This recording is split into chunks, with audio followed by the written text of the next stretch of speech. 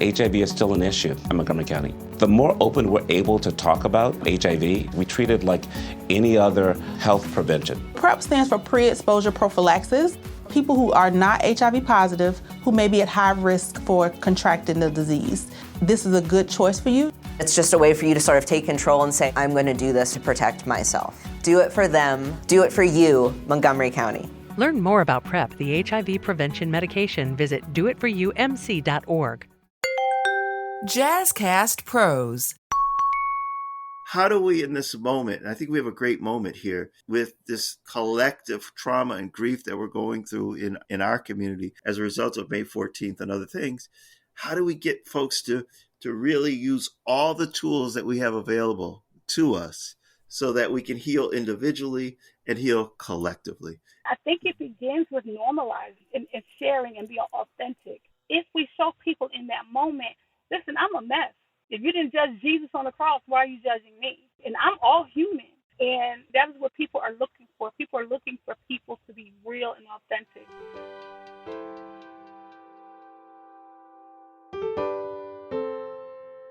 Greetings. This is Pastor George Nicholas, Chair of the Buffalo Center for Health Equity, and you are tuned in to Igniting Hope podcast. This is a podcast that comes out of the work that we've been doing with the African American Health Equity Task Force, the Buffalo Center for Health Equity. If you want more information about any of the subjects or any things that we talk about on our Igniting Hope podcast, please log on to our website for the Buffalo Center for Health Equity, and that would be buffalohealthequity.org. buffalohealthequity.org. When you click onto our podcast, like it, share it. We have a whole library of our podcasts that are still loaded up there and with some great guests. And we have another great one for you today. Quick announcement. We have our date and time for our next Igniting Hope conference. Igniting Hope 2022 will be August 12th and August 13th. At the Jacobs School of Medicine on the 13th, and we're still working on, we're going to have a Friday night celebration on August 12th. When you go to our website, buffalohealthequity.org, you'll be able to get the link on how you can pre-register. It's totally free, and we want to see as many of you. We really want to put a big emphasis on getting more folks for the community involved in our conference this year. We got a lot of great academics and professionals who participate, but we really, really want to hear from you. So you'll get more information on subsequent podcasts, but again, buffalohealthequity.org, and just put down August 13th. August 12th, August 13th, you will not want to miss this Igniting Hope 2022. So we're still wrestling with and dealing with what happened to 10 of our beautiful, beloved fellow citizens, brothers, sisters, aunties, grandmas, friends, husbands, these 10 people who were needlessly and senselessly executed by a young man filled with hate, but influenced by a culture that has, from its inception, not regarded the value of Black life. And he, being 18, caught up in that culture, took it to an extreme. And we're still dealing with the trauma and the healing that is necessary in our community. And what was so amazing about this event at the Tops on May 14th is the fact that so many people who were not part of that community, people who didn't live on the east side of Buffalo, people who didn't even live in the city of Buffalo, people who didn't even live in Western New York, people who didn't even live in New York State, were just moved by what happened. And some felt compelled to see what they could do in order to help out. We received and continue to receive all kinds of cards and letters and financial contributions from churches and individuals and businesses all around this country saying, hey, I feel so badly about what happened and I want to see what I can do. And then there were others who felt a special call. They said, you know what? Not only do I want to send a card or a letter or flowers or whatever. I want to be physically present, not for a photo op, not for a drive-by, not for a press conference, but I want to be physically present and offer my gifts to this community. And one such individual is a woman named Troia Butcher. And who is she? She came to us from Lancaster, Pennsylvania, and she is the leader, founder, creator of the Good Grief Healing Center, and is a person who has a special gift, but more importantly, a heart for ministering, caring for those who are in distress, those who are living with trauma. And so we're fortunate today to have Troia join us for our Igniting Hope podcast. And we just want to have a conversation about her experience down there on Jefferson Avenue, her interaction with the people, and what she observed, and what is really important for us to learn and understand as a community moving forward. So, Troy, I want to welcome you into the space, and thank you so much for joining us for our Igniting Hope podcast. And also thank you so much for your offering of yourself to this community and using your gifts. So let me just start with just like, what drew you? Why did you feel compelled to move from being an observer of what happened in Buffalo to one that felt like you had to be fully engaged in the repairing and the healing of our community? Thank you, Pastor George and Kimberly and Ebony, for the invitation. What drew me here, you all, quite honestly, again, being a grief support specialist, when I saw what happened, and a very good friend of mine is from this area, and he was struggling with what was going on up here with the shooting. And I said, well, if he's struggling, I know that of course, everyone else is struggling with what's going on. And I just prayed and I said, God, if this is where I'm supposed to go, but it wouldn't let me. I couldn't sleep. I was like, I have to get there, and I had no way. I didn't know anybody here in Buffalo. And I said, okay, God, if this is where I'm supposed to be, because this is my community. I may not live in Buffalo, but this is my community. This is what I do for a living, and if I can't do it for the people that I closely identify with, my African American Black family, then what am I doing? And we do a very horrible job of working and processing our grief, and I just wanted to come up because I knew that the grief here was going to be compounded grief on top of everything else that's going on, and I just felt that I needed to be here, and God made a way for me to come. So for me, it's a labor of love, and I'm just really excited and honored to even be up here working with this community. So when you got here, what did you find? So when I got here, I was very fortunate. I met one person, maybe, and then so on and so on. And when I came here, the TOPS employees were at Meriwether, at the library in Meriwether, and they were doing different activities, but no one had ever really asked them from just a perspective of how are you feeling. And so what we did, we came in and I said, you don't know me, I don't know you, but this is who I am and this is what I do. How are you feeling? What's going on? Where's your head and heart? And then we went through the exercise of our 5 R's. And at that point they began to just release. And so many of them have said that they have not had the opportunity to do that in the 2 weeks. So we got here Memorial Day weekend, which I think was the sweet spot for us to get here because of the things that they were doing. They were doing busy work, which they should have been doing, but to come in at that moment. And we just saw people, at first, they were very angry. They and still are. They were angry about what happened. They were angry that this young man chose their store. But then you had others who, they were mad at God. They were mad at, there were just a lot of just different emotions all over the board, across the board. But the one thing that I will say that was refreshing to see, but I told them they didn't have to be. A lot of them were just very resilient because they were leaning, which is very important. They were leaning on one another through this, and what he thought was going to happen. The family of Top 250, they became stronger. The work was there, and they were beginning to lean on one another because apparently that store, everyone is really close. So that was refreshing to see. And then also, once we began to work through it, that they were really being there for one another.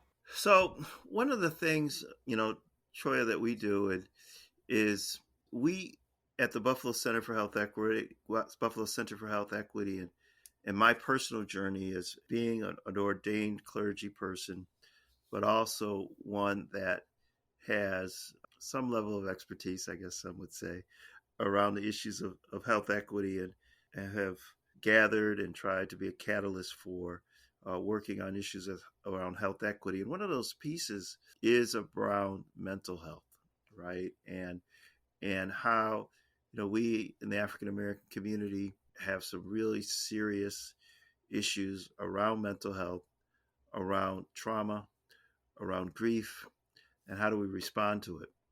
And one of the things that's really hurt us historically as a community and continues to hinder us is the inability or the theological approaches of not pulling from the great value that we have in things like mindfulness, meditation. We've been so conditioned in the Black church in so many ways to confine our dealing with trauma and grief in the context of the traditional church stuff, meaning pray, lay hands, anoint with oil, and these things, I'm not undervaluing. These things are very important. But in addition to those things, there are many tools that will help us as human beings, our humanness, to deal with grief and trauma.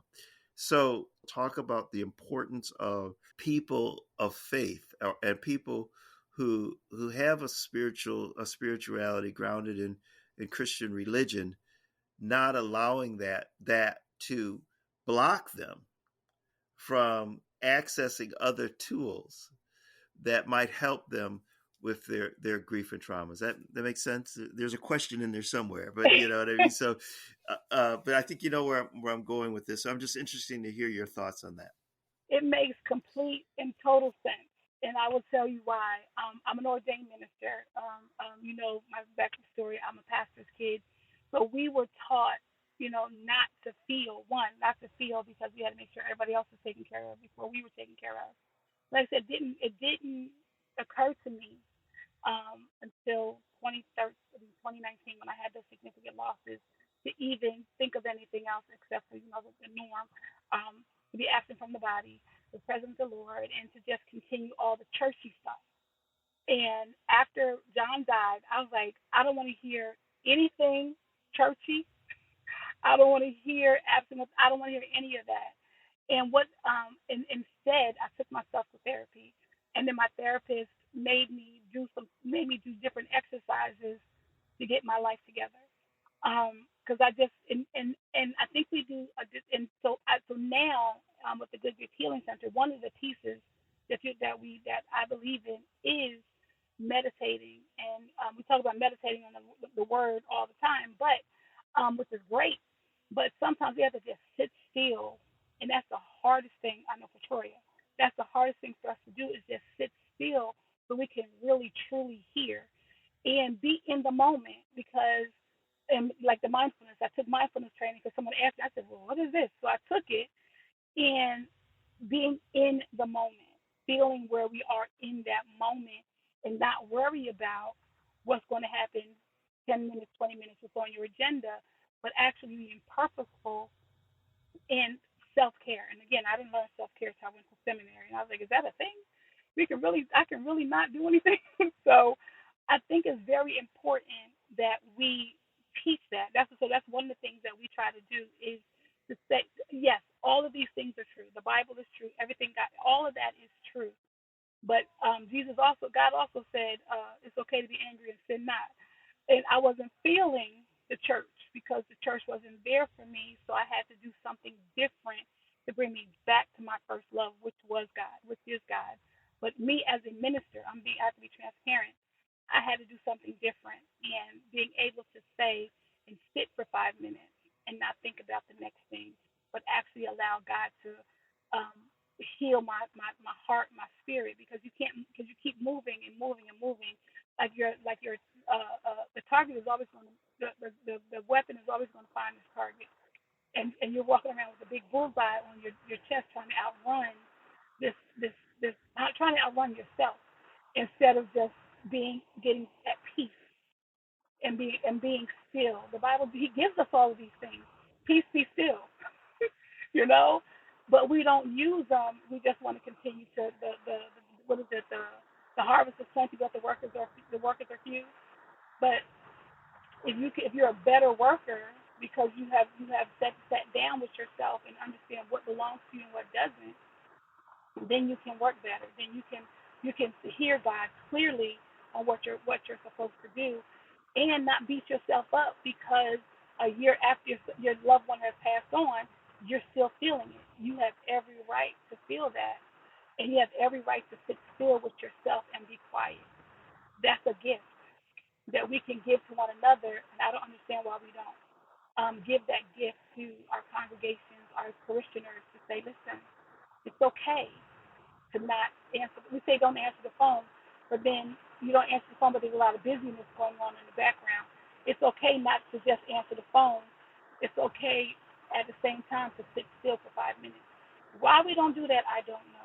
But my mission since I started the Good Grief Healing Center and gotten into this world is to normalize how we respond to grief. Begin to believe that we can cry, we can be transparent in our feelings, and to just normalize this thing called grief. That's been my mission. So for us as African Americans, and we have a lot of stuff that we got to try to figure out about our own self-awareness and our understanding of God.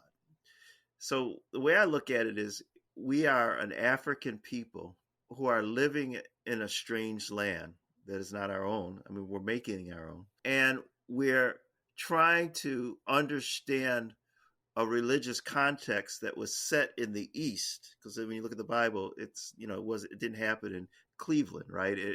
These were, the eastern part of the world. And we try to understand it through a Western interpretation, often by European scholars and a European culture that didn't even recognize our humanness. So there's just a lot of internal conflict. And one of the things that when we look at some of the spiritual practices in general that are not indicative to the Western culture, but more Eastern culture and a more Afrocentric culture, there is a greater awareness of self, of spirituality, of nature, of own internal emotions. And I think what's happens at times is we've been taught a colonialized theology that really in a lot of ways doesn't fit us. And we've tried to make it fit us. I'm not talking about denying the truth of the divinity of Christ and the monotheism of the Christian context, but just the understanding of who we are. And one of the things that's happened, and I'm going to respond to this, is we've been constantly under so much trauma from beginning, right? And often the trauma is at the hands or as a result of the very same people that are trying to teach us their understanding of God. And so it creates just this real conflict within us. And so I would argue that when I used to get mad at the church, but I'm not anymore. People, they just don't do what they know. They do what they know, right?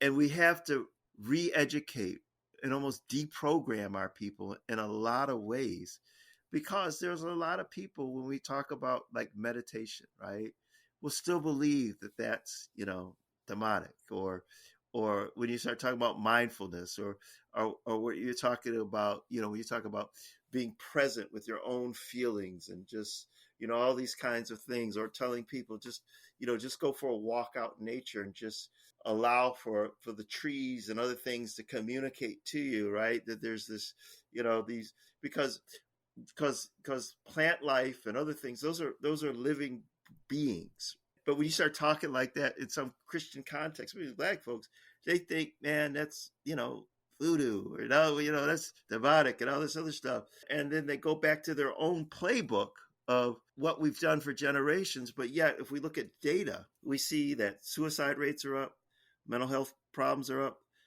family crises are up, domestic violence up, all these things that are indication of a spiritual sickness, right? There's a social economic piece, but then there's also a spiritual sickness that's inherent in us, and that at times we're not fighting that with the tools that will give us the victory.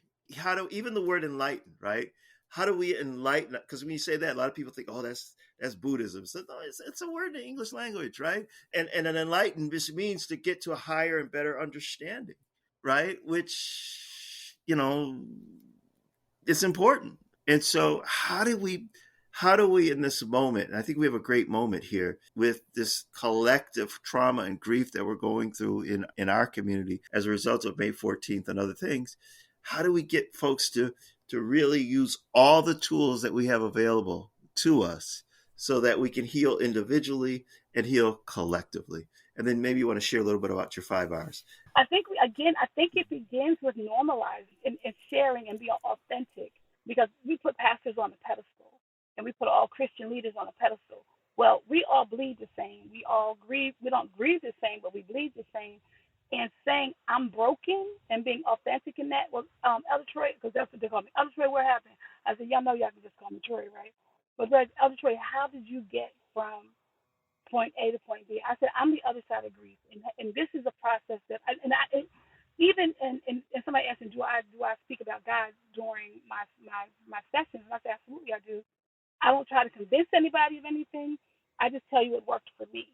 And I believe if we begin to model what healing looks like, and what coming out of that, getting your feet out of the clay, out of the concrete that has hardened, is what is going to help our people. Because a lot of us, I'm a visual learner, but if somebody's telling me, listen, I know how to get you here, I know how to help you here, and be authentic in that, and they can trust you. And I think that's the problem, is that so many people in that pulpit, they don't want to show that they're human. They don't want to show their humanity. And because of it, listen, there was only one God, one Jesus that came that was both a deity and he was human. I'm not that person. If you hurt me, if I don't pray enough, I'm gonna hit you in the mouth. But but at the same token, Troia, I'm hurting, but I'm looking at you, and you've gotten. How did you get past the significant losses that you had? How did you do it? First, I acknowledged who I am, and I was real with God. I'm not happy about what this is. I'm angry about what this is. Troy, you said that. I said, yes, I did. I said I was angry with God. And I said, then I had to do something different. Because, the saying, insanity is doing the same thing over and over, looking for a different result. And the result that I was feeling was I was broken, I was hurt, and there was nothing or no one that could help me. Then I had to turn to Jesus. I'm like, okay, Jesus, how do we do this? Now I'm ready to talk to you. And he was like, he never went anywhere, even if I did. God never went anywhere. He's like, listen, what is it, Matthew 5:4? Blessed are those who mourn, for they shall be comforted. Okay, well, what does that look like? What does comforting look like for you? And comforting look like for Troia is learning how to get at peace. And what did that peace look like? It looked like stopping for 10 minutes. And my grandchildren think I'm crazy, because if the wind blows, I'll stop and put my hands out and just feel God's presence. Yes. It's like, yes. And that's not something I did before. So, and I did that here. I don't know if it was coming out the hotel, but I just stood there, and this wind just came, and it felt like a kiss. It felt like God kissing us and saying, yes. Pay attention. I'm here. I'm here. I'm not this. I don't have to be loud and all. I can be just as smooth and clear as a whisper, or just standing in the wind. And I think that is amazing. I'm sorry, you were going to say something. No, you're right there. And it's a story that people think. And again, you can send this thing, buffalohealthequity.org. My wife was telling me this story about how she and my son went out for a walk and stuff, and she had read about how this thing about trees and communicating, and how she and my son went out and they like put their hands up towards the trees, a couple of trees, right? And she said the branches basically bent down. You know what I mean? It wasn't like, kind of a weird thing, but there was like a connection, right? And so now half the people are listening think I'm crazy, but that's all right, because Those are the only people that really know me. But it's real, and we got to learn how to just, we talk about how awesome God's creation is, but we don't even access most of it, right? We just want to stay in our little building and think that's the only way that we're gonna. I love Hammond organs, but there's other things that God will use to communicate with his people, and we just have to be open to that, because we have, it's kind of funny, you mentioned about ministers and preachers and whatever, and we're self-deceiving when we think, even though we try to present ourselves as these super Christians or whatever, the people see our humanness. They're not stupid, right? But it becomes this, if I don't show it, then you all pretend to not see it. And that's the game that goes on until it gets to a point of diminishing returns, and then there's an emotional eruption, right? And then we don't know what to do, right? We have to stop putting on masks and costumes and trying to create something that's not real, and just allow for me to see the real Troia and for you to see the real George, and just love each other and love what we see, love what we experience, and not try to shape or mold us into who we believe you ought to be, right? And then when you do come and you say, I'm hurting, I'm broken, to only be focused on what you can do as a human being to heal, not to judge, not to, well, see, Troia, I told you, if you know what I mean? I knew this day was coming, right? And all this other stuff. Instead of just learning how to be prayerfully present in our humanness and get that kinds of connection. And so, we got to get to that point. And I think this is a moment in our history as a people, because we're going through so much, and the younger generation is looking and they're seeing that some of the old tricks just not working. And if we're honest with you, they never really work, but we made us believe it. And now we're living in a time where you can't really hide a lot of stuff now, because of these phones, and just, I don't know, even when you try to cover up stuff just kind of gets out, right? And we got to be able to deal with it. So, yeah. So, I mean, what's your thoughts on that? And then I want you also to share with the people how they can connect with you via the internet. Real quickly, so when you were talking, I just got this image. We were talking about showing people our pain, showing people our authentic transparency. One thing I told God, I said, you're making me preach. Because, my father, I said, my brother should have been the preacher, but if you're making me preach, God, I said, you know me. I have to be authentic and transparent. But as you were speaking, I thought of the cross. I thought of Jesus on the cross. He was beaten. He was chastised. He was all of these things, and he stood there. He didn't try to get down off the cross. Blood dripping down. They said it sweat like blood. He showed us how to be in front of people that we love, because he showed us that example of staying on the cross. Because he could have chosen in that cup, in that moment when he said, God, if it's your will, can you let this cup pass? And he did it he said it 3 times. But he looked into that cup and saw all of us. And he saw all of us, but the deity took over the humanity. But his humanity was hanging on that cross and showing us, listen, this is what being a true leader and loving people at the same time looks like. It's going to be a bloody mess. But at the end of it, know that with the resurrection comes hope. And with the resurrection comes peace. With the resurrection comes love. If we show people in that moment, listen, I'm a mess. If you didn't judge Jesus on the cross, why are you judging me? And I'm all human. This was our deity. This is our God. This is our Savior. And that is what people are looking for. People are looking for people to be real and authentic. And I think I mentioned that I work with women who were in recovery. I've never drank, I've never smoked, I've never done any of those things. I said, but I had my own vices. And they said, Elder, we used to look at you up on the pulpit, and we appreciated the fact that you were open. And now that we see you, you're just human all day. I'm just human. I'm just Troia. So, but with that, real quick, because one of my batteries looks like it's dying. That's okay. Yeah, we're getting close to our end of our time. So I just want to see, Troy, how can people connect with you? I'm easy. I'm at Just Troia, JUSTTROIA. That's all of my socials. And then you can email me directly at hello@gghealing.org. That's hello@gghealing.org. And we're just so grateful that, Troy, you were able to spend some time with us today. And we're grateful for you being in Buffalo and using your gifts. We're thankful that you said yes when God said to go. And it's, our hope and prayer that you'll get more and more integrated into the community and get connected to some of the things that we're doing here at the Buffalo Center for Health Equity, where we're committed to eliminating race-based health disparities in this region.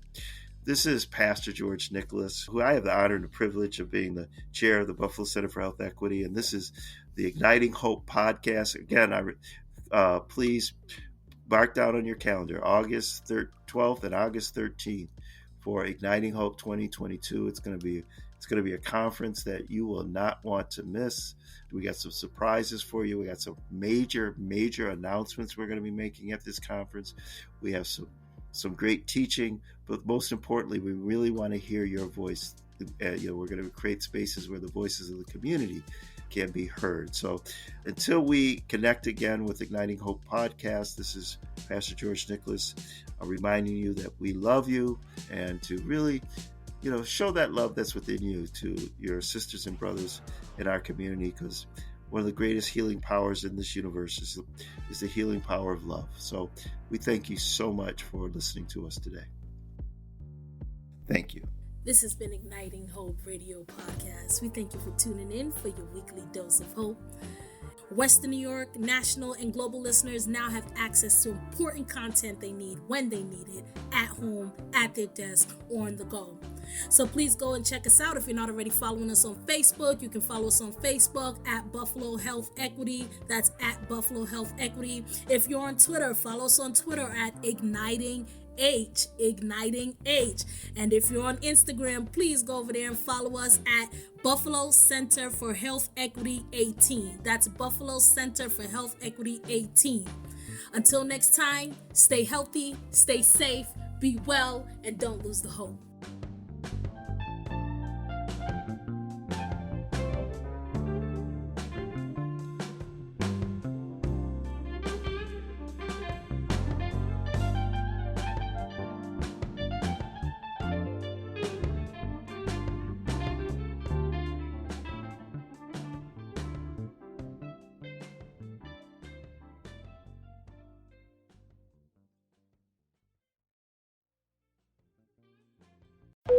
Folks, this is your pilot. We have to land immediately and hurry to the Xfinity Black Friday sale. New Xfinity customers can get 400 megabit internet for $30 a month for 2 years with a 1-year contract, unlimited data, and a free 4K streaming box included. Plus, now through December 5th, get HBO Max included for a year. Drop everything and get to the Xfinity Black Friday sale. Go to Xfinity.com to learn more. Restrictions apply. Requires paperless billing and autopay with stored bank account, equipment, taxes, and fees extra. Ad-supported plan of HBO Max. After promo, regular rates apply. Mary redeemed a $50,000 cash prize playing Chumba Casino online. I was only playing for fun, so winning was a dream come true. Chumba Casino is America's favorite free online social casino. You, too, could have the chance to win life-changing cash prizes. Absolutely anybody could be like Mary. Be like Mary. Log on to ChumbaCasino.com and play for free now. No purchase necessary. Void where prohibited by law. 18 plus terms and conditions apply. See website for details. The voice in the preceding commercial was not the actual voice of the winner.